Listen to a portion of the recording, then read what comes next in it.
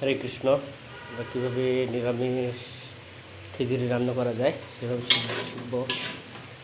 এখানে আমি দিছি এলাচ দিছি, তেজপাতা দিছি, শুকনো মরিচ দিছি, জিরা দিছি।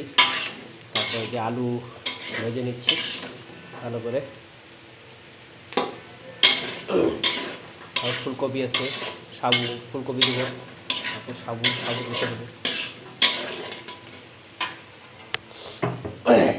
যে 5 মিনিট আলুটা ভাজার পর ফুলকপিটা দিয়ে দিলাম।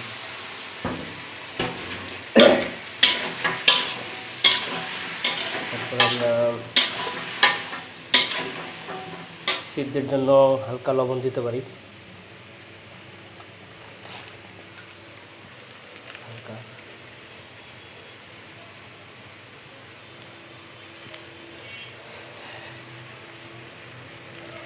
দিলাম। তারপর এটা আমরা ভালো করে ঢাকা দেব,